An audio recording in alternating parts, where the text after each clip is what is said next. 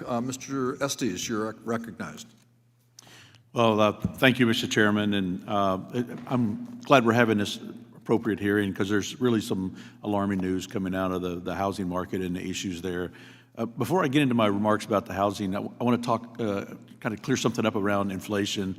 You know, it was talked earlier about worldwide inflation versus U.S. inflation, and one of the things, just want to make sure that when we think through the process, when the federal government puts in policies that limit the production of oil and gas in the United States, obviously increasing the price of gas in the United States, it also reduces the amount of gas around the world, which increases prices there. And we see that through inflation, we see it through use of diesel and other transportation costs. So wanted to, just as we look through that, I mean, we've seen a lot of impact on what's frequently being called Biden inflation, and the hike in mortgage rates having a huge impact on pricing. We looked at residential housing costs going up 19% over last year. And a lot of that's due to pretty much everything available in construction. You know, if you look at the last year, since President Biden's come into office, the average price of the house in the United States has increased by $100,000. In my district in Kansas, that reflects about a 14.5% increase in the price. You compare that to the first 16 months of President Trump's term, that cost increase was about 3.4%. So it really is reflective of what bad government policies can do in terms of impacting people in their real lives. About 20% of Kansans in my district pay more than 50% of their income on rent. That's not to mention, you know, running into bare shelves and out of stock items like baby formula that people are going through and experiencing now.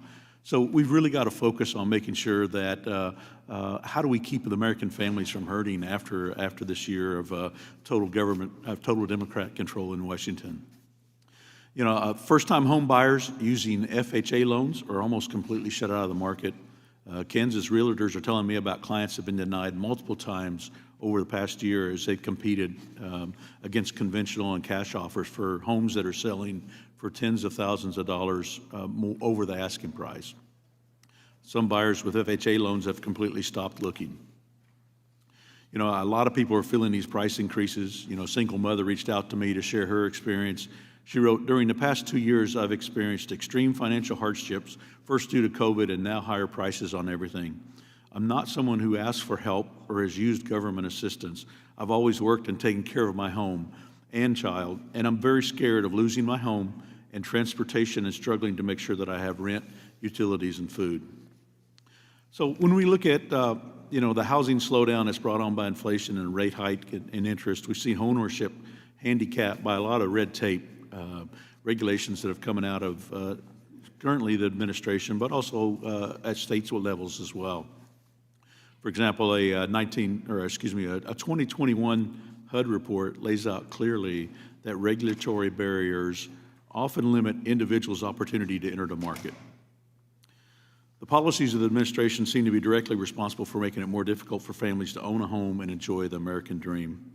We need to prioritize policies that promote strong families, and strong families will once again help bring about a strong America. Mr. Pino, I know you've been asked several questions as we go through this, and I know in this format it doesn't necessarily allow enough time to answer some of the details as we run through time. I do have a few minutes or some time left, and I wanted to talk a little bit about what policies do you see that we could pursue to help make affordable housing more available, and particularly help first-time home buyers get into the marketplace? Thank you for that question. Let me just reiterate something I mentioned in my opening remarks, which is the Lift Home program to reduce the mortgage rate on 20-year loans so that the payment is the same as on a 30-year loan. Many, if not all, of the witnesses have testified to the wealth gap that's both racial-based and income-based, of course.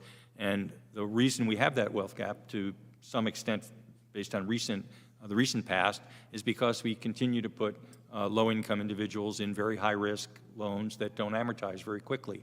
And the Lift Home with a 20-year term would have twice as much home equity in the first 5 years, would reduce the default rate by about 50%, and would create really intergenerational wealth for those home buyers.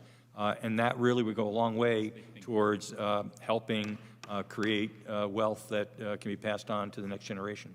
Thank you, and I yield back. Thank you. The gentleman's time has expired. Mr. Suarez.